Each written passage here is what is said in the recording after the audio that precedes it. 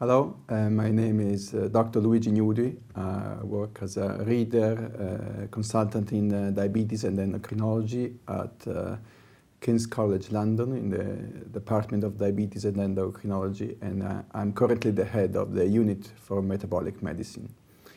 Today I've been asked to tell you something about endothelial dysfunction, causes and consequences, and the basic for rational management of this condition.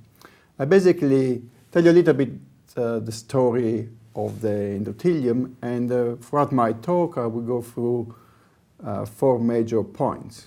A very brief definition of endothelial dysfunction, a discussion of the causes and the mechanism involved, and what this then translates into the cardiovascular system, focusing a little bit on both macro and microvascular disease.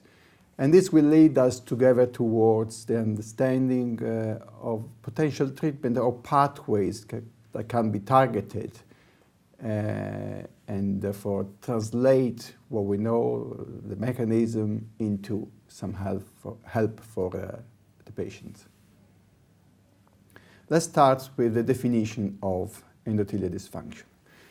The endothelium has become quite important probably in the last 30 to 40 years. In the 80s, there is a discovery that acetylcholine requires the endothelium to cause vasodilation. And this was work by Furkov, published in Nature at the time. Endothelium is certainly important. If we want to translate that in numbers, about 6 tennis courts of endothelium in our body, about 1.5 kilos of tissue. And quite important, as you know, it covers all our vessels and is semi-permeable, and it's quite crucial in the regulation of the physiology of the vessel. And it regulates many mechanisms that span from vasodilation, vasoconstriction, adhesion of platelets, coagulation, procoagulative state, or the opposite, growth of vascular smooth muscle cells, or inhibition of the growth, and inflammation or anti-inflammatory action, which are crucial for its physiology. And indeed, these parameters and the balance of this parameter regulate physiology and disease at the same time. When we have an imbalance, whatever way this equilibrium is shifted, then a disease will occur.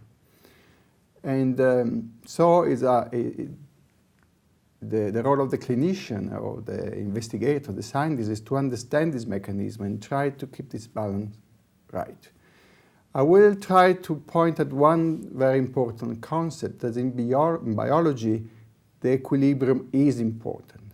So if there is an imbalance, the goal is to bring it back to the equilibrium and not to push it the opposite way. And this is crucial, and there have been some experiences in biology.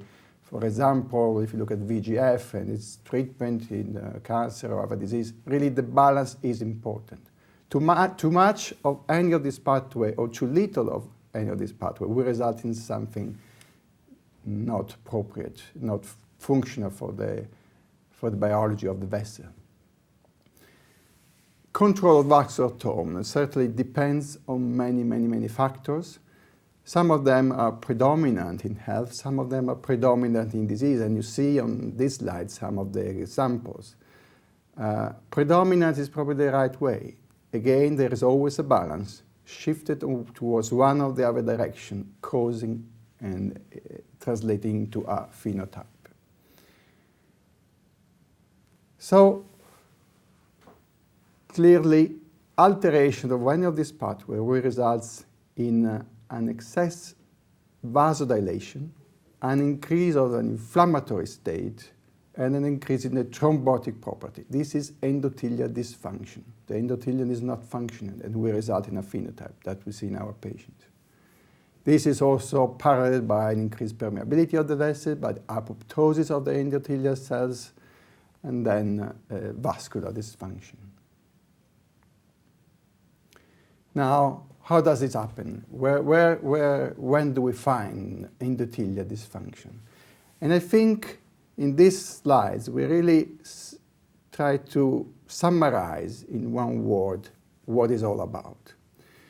We need probably a predisposition of the endothelial cells to any form of insult or disease. We need a disease. We need an external cause, an insult, a perturbation. That can be hypertension, diabetes, smoking, dyslipidemia, high cholesterol, insulin resistance, which will trigger an insult on the cells and an increased oxidative stress, which is at the basis of the origin of endothelial dysfunction, which then will translate, and this is not an event that will take a few minutes, few hours. It's an event that will take days, months, years, decades. And little by little we'll see a dysfunctional vessel, initially functioning, and then the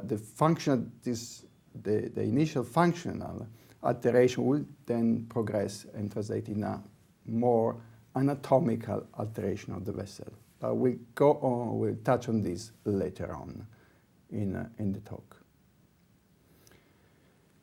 We'll start discussing one very important factor that has been involved in the pathogenesis of endothelial dysfunction, and this is nitric oxide. Nitric oxide is produced by the endothelial cells, and its production and it's extremely important in the physiology of the vessel.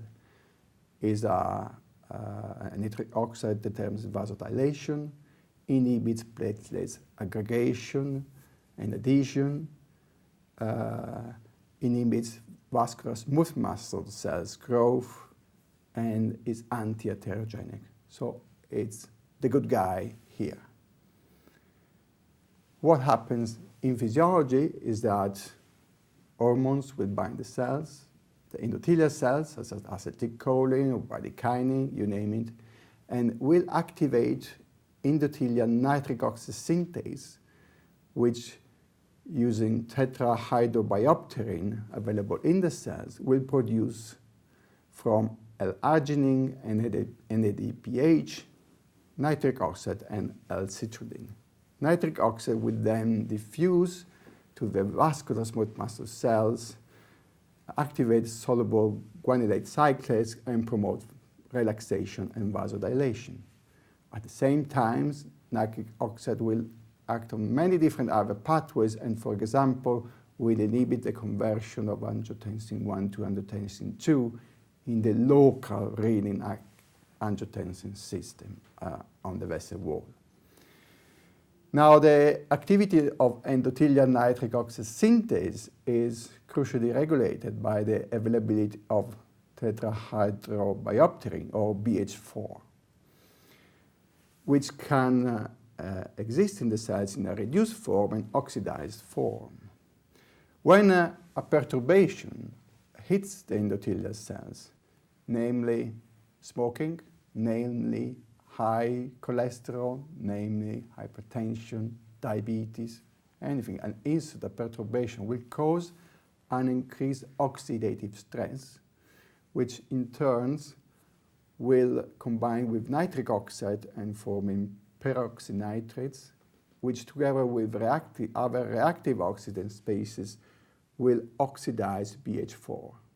This will cause an uncoupling of enos, which will promote the formation not of NO and L-citrulline anymore, but of other reactive oxidant species. And so the cells is damped with oxidative stress and will suffer. This, of course, will result in a reduction of the NO and the ability of the NO to promote vasodilation and therefore vasoconstriction. And NO won't be able to promote its anti-inflammatory effect, so we will shift slightly towards a pro-inflammatory state with increased platelet adhesion and thrombosis and etc., towards what we have defined endothelial dysfunction.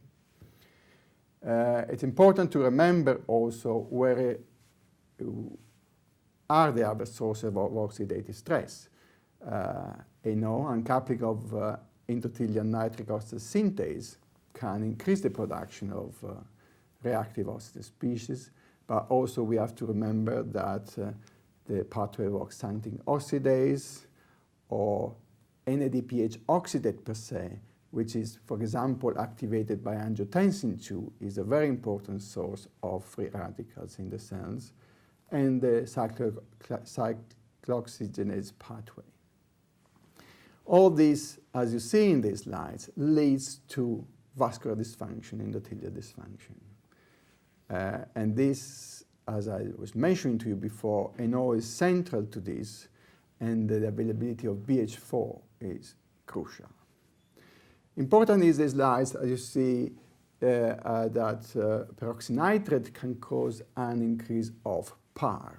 So PARP, or polyadipyribose polymerase, is an enzyme that is always activated when the cells is hit by an increase in reactive oxygen species that do cause DNA damage.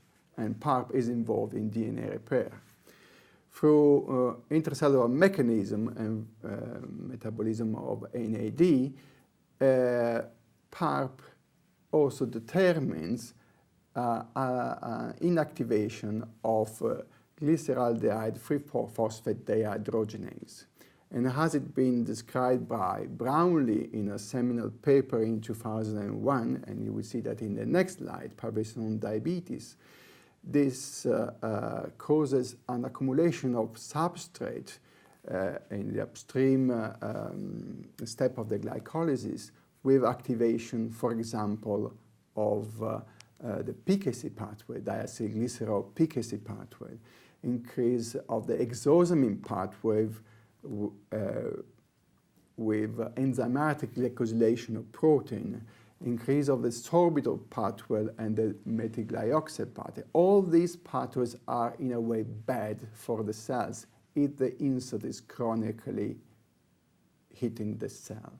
So it's shifting a balance towards these pathways for a prolonged time will result in pro-inflammatory condition, again, as I was mentioning to you before, vasodilation, increased inflammation, and all the components that then lead to endothelial dysfunction.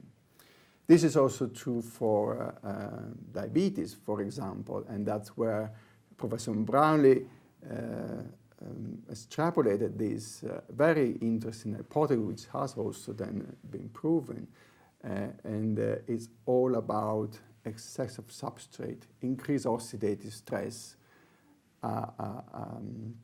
and the activation of pathways which usually are not silent in a way or not very much activated. At this point, I would like to move slightly to a very new and interesting concept, which is the vascular adipose tissue axis and adiponectin. All the axes are covered by a thin layer of adipose tissue. And adipose tissue is extremely important, and recently, in the last few years, it has been shown that adipocytes produce cytokines and many interesting hormones such as leptin, adiponectin, which are involved in the regulation of metabolism, also of inflammation. And for example, in insulin-resistant states, diabetes as the most frequent cause, we increase of insulin resistance results in increase of inflammatory cytokines such as TNF-alpha, which also inhibits endothelial nitric oxide synthase and therefore leads to reduction in NO synthesis. MCP1, interleukin-6, and all these inflammatory components leads to what is endothelial dysfunction. The perivascular fat speaks to the endothelium and by favoring towards dysfunction of the vessel itself. On the other hand, if insulin sensitivity is improved, so insulin resistance is corrected, namely with diet, practically clinical exercise or pharmacological treatment, then we see a reduction of these cytokines, in pro-inflammatory cytokines, and an increase in adiponectin. And also other factors that are not yet been identified, such as adipocyte-derived relaxing factor. And all these factors are able to act on the vessel. In particularly, you see that here adiponectin per se has been studied and has a numerous amount of target organ and action, which goes towards the protection of the vessels away from endothelial dysfunction. For example, adiponectin activates endothelial nitric oxide synthase and the production of nitric oxide, inhibits apoptosis, inhibits the production of the reactive oxygen species by NADPH oxidase. It has an effect on the release and the production of endothelial progenitor cells, and we'll touch base these cells later on in my discussion. Its adiponectin is also anti-inflammatory with a reduction in activation of macrophages, and as you see also promotes as some metabolic effects such as inhibition of hepatic glucose production and increased insulin sensitivity at the muscle level and increased glucose uptake, all of which will favor endothelial dysfunction and ameliorates it. So as from now, from what I've said, you understand that really you cannot separate the endothelium and the vessel from anything in the body. Metabolism, substrate metabolism, inflammation are all linked one each other, and all these systems and pathways speak one each other. So when we look at our patients, and when we try to improve the outcome, we really have to look at a very broad picture. Now we just move forward and we try to see how this imbalance translates in real life and what is the clinical significance of endothelial pathology. We can, as you see in the slides, start thinking of it as endothelial dysfunction, so reduced vasodilation, a reduction in nitric oxide, an increase of asymmetric dimethylarginine, which I haven't mentioned you before, but this is an endogenous competitive inhibitor of endothelial nitric oxide synthase, which indeed is increased in disease characterized by endothelial dysfunction. And certainly treatment that target this particular metabolite are quite interesting in potential future treatment of the condition. So this reduction in order is also paralleled by an increase in angiotensin II, increase in reactive oxygen species, which then translates in endothelial cells activation, which will mean in an increase in adhesion molecules of the endothelial cells and increased addition of platelets and an activation of all those prothrombotic pathways, which will lead to endothelial cell damage, apoptosis, and then here's the endothelial progenitor cells, which will kick in to repair. And of course, the outcome is where the balance is and how shifted we are from one to the other side. In these slides, again, is a more sort of crude, practical view of the story of the endothelium in a disease.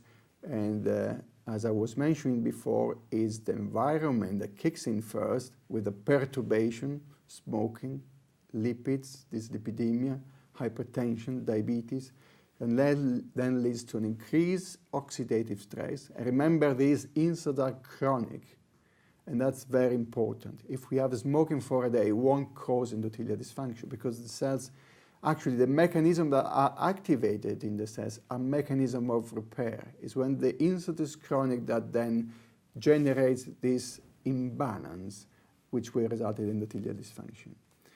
And as you see again in this slide is what we've been talking about, moving from, again, oxidative stress, endothelial damage, functional alteration of the endothelium, and then the clinical presentation. In this picture, more schematic, here's depicted a vessel, and the story of endothelial dysfunction from its very early days and 30 years, 40 years down the lines with the formation of atheroma,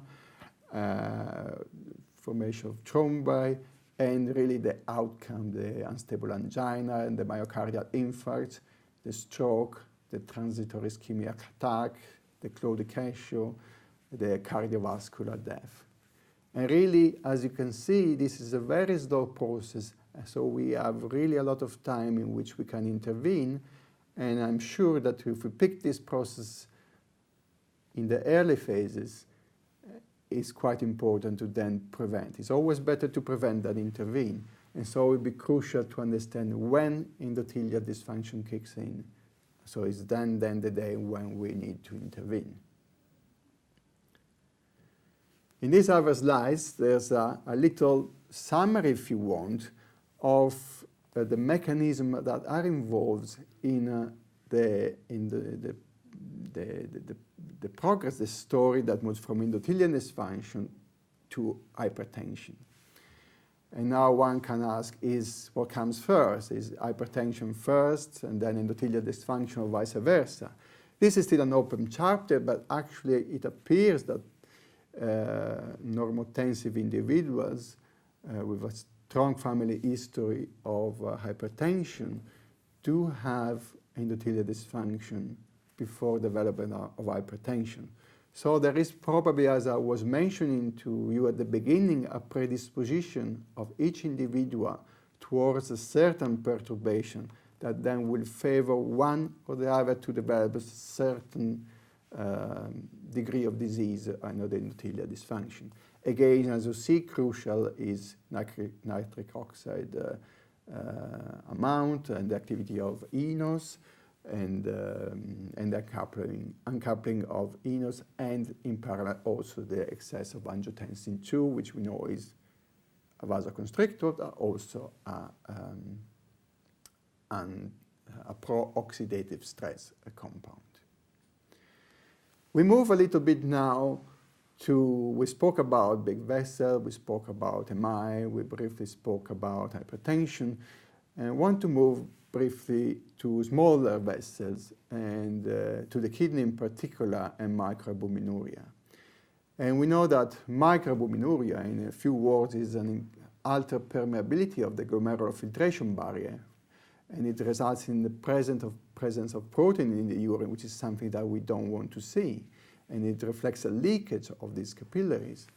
We know that it is a marker of renal disease, and I think we can say quite confidently that a high amount of protein in the urine is a quite good surrogate marker for progression towards end-stage renal failure. But we speak about microproteinuria.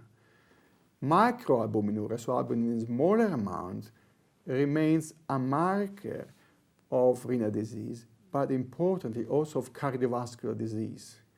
And it associates with early mortality, cardiovascular mortality in diabetes, in hypertensive patients, and also in the normal population.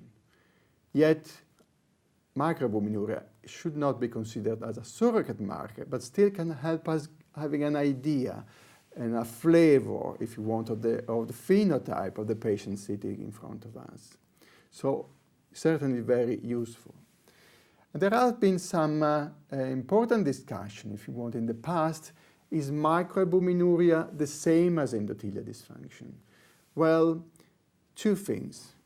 A few decades ago, the Steno hypothesis from Denmark suggesting that albuminuria, leakage of a vessel in the kidney, will reflect, it's like a window towards all the other vessels in the body. So if one vessel is leaking in the kidney, then all the vessels in the body would probably be the same. And also, if you want, from these slides, in which we depict the risk factor for mortality in type 2 diabetes in a 9-year follow-up study from Steaua in diabetes in 2002, so quite an old study. You see the albumin excretion rate gives a quite high relative risk factor for mortality, such as marker of endothelial dysfunction that we use today, such as the von Willebrand factor or CRP level in the circulation. So they're telling basically the same things. And here, if we consider albumin-creatinine ratio, which is a way to measure the albumin in the urine, so the permeability of the glomerular capillary, if we divide the normal range in quartiles, we see that the patients with an albumin ACR ratio within the normal range in the higher quartile are at higher relative risk of cardiovascular disease and mortality than the patients in the lowest quartile. So quite important and quite significant if you want to identify these patients, yet remains a simple marker, but still provides us some crucial, I think, information. In this cartoon, and this is taken via a review by Dr. Caraliti and Professor Viberti of last year, 2010, it's quite this was published in the Journal of American Society of Nephrology. Really, it's quite interesting and provocative in a way, and they propose quite an interesting scenario where you can see that endothelial dysfunction is at the basis of both the cardiovascular disease, i.e. mortality, angina, stroke, myocardial infarct, etc., and on the other side, the disease we observed in the kidney and that is manifested with albuminuria and then possibly renal disease. So microalbuminuria per se in this scheme that you have in front of you now really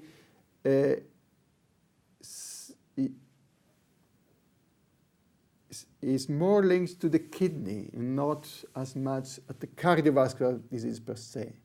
But if we move a few steps above in the pathway, you see that endothelial dysfunction really remains the crucial and the central mechanism that covers all and characterizes this disease that always go together. And indeed, recently, you see it in these slides, in a manuscript from Satchel and Professor Took, they propose endothelial dysfunction at the basis of albuminuria in the glomeruli, in the altered protein perm selectivity of the glomerular filtration barrier. Indeed, we know that the glomerular filtration barrier is constituted by the endothelial, by the glomerular basement membrane, and by the podocytes. And in the past few years, podocytes have taken quite a lot of attention because of their anatomy, because of the protein they express, and the mechanism that have been described, and quite important in regulating the selectivity of this filtration barrier. But yet the endothelium on the other side, as another component of the same filtration barrier, appears to be crucial with its glycocalyx, which is impaired in disease. And again, in this manuscript published in Diabetologia, I think again very, very interesting and showing to us a new concept, a new idea that probably endothelial dysfunction yet here plays again a crucial and central role. And I invite you all to have a look at both these two manuscripts because they're quite interesting. Now we move briefly, we mentioned before about repair. We mentioned about endothelial progenitor cells, or APCs. These are cells produced by the bone marrow and are involved in vascular repair. They are recognized by using different markers. We found them in the circulation, and the cells have the ability to repair vessels when lesions do occur. So this is a repair mechanism. We studied an interesting population, and this is work from our group recently published on diabetes care. And these are type 1 diabetic patients, protected and susceptible towards the development of albuminuria or renal disease. It's important to remember that protected individuals not only do not develop renal disease, but are protected in time towards the development of other vascular disease. These are pretty healthy individuals. while the other one, the one who do develop albuminuria, not only will develop renal impairment, maybe end-stage renal failure, but they also are susceptible of other vascular disease, i.e. myocardial infarct, stroke, and etc. And this population is quite split once we identify them, and this usually we need to wait about 30 years of the disease to find them. It's really quite a different population. In this population, and you see here the group, it's a small study, but they differ mainly because of positive or negative history for albuminuria. And we went and measured there the number of endothelial progenitor cells. We see that these cells involved in the repair of the vessel were reduced in those patients with albuminuria. This was a cross-sectional study. So we couldn't really propose much of a mechanism here, but certainly the reduced numbers of these cells suggest that probably these patients don't have a system that is there to repair the vessel, and therefore will result in increased damage. And or they're using these cells more because the damage is more important, and then we see an usage in a way. In both cases, a reduction of this number in many, many other studies has been correlated to a worse cardiovascular outcome. And we see it again in this population. So endothelial progenitor cells, it's another marker. It won't be a marker because it's difficult to determine, to measure in normal clinical practice, but it's telling us a little bit of the mechanisms that are in place which can be altered in patients with endothelial dysfunction. And the last part of my presentation is to try to cover a little bit the basis of treatment. And here, as I was telling you before, it's all about the balance. We need to find the right balance. And as I was telling you before, there is an external perturbation that is critical in acting in those patients who are predisposed in promoting endothelial dysfunction and then in promoting the disease. And so, first of all, we have to take, if we want to correct endothelial dysfunction, one, the risk factor needs to be modified. Smoking, diabetes, we need to improve this external risk factor. And then drugs that block the renin-angiotensin system will certainly be more effective like other drugs or antihypertensive drugs that are used that do not block the renin-angiotensin system, and this has been demonstrated. We will need to target the lipid profile. We need to use agents such as the PPAR gamma agonists, which have been shown to be important anti-inflammatory agents. Maybe antioxidant will one day, improving insulin sensitivity with oral agents or insulin sensitizer. BH4 mimetic of arginine have also been proposed in a way to prevent uncoupling of endothelial nitric oxide synthase, starting not via their hypocholesterolemic effect, but via another more anti-inflammatory properties that they retain and therefore their direct action on the vessel wall. All this I know will be discussed in more details in another section of this course. It's just to give you a flavor of what we can do. So in conclusion, importance in correcting the external perturbation, correcting the imbalance that is being generated by this perturbation, and crucial, I think, is the establishment of a new and finely tuned equilibrium of vascular mediator, cytokines, growth factor required for a normal vessel. Thank you for your attention today.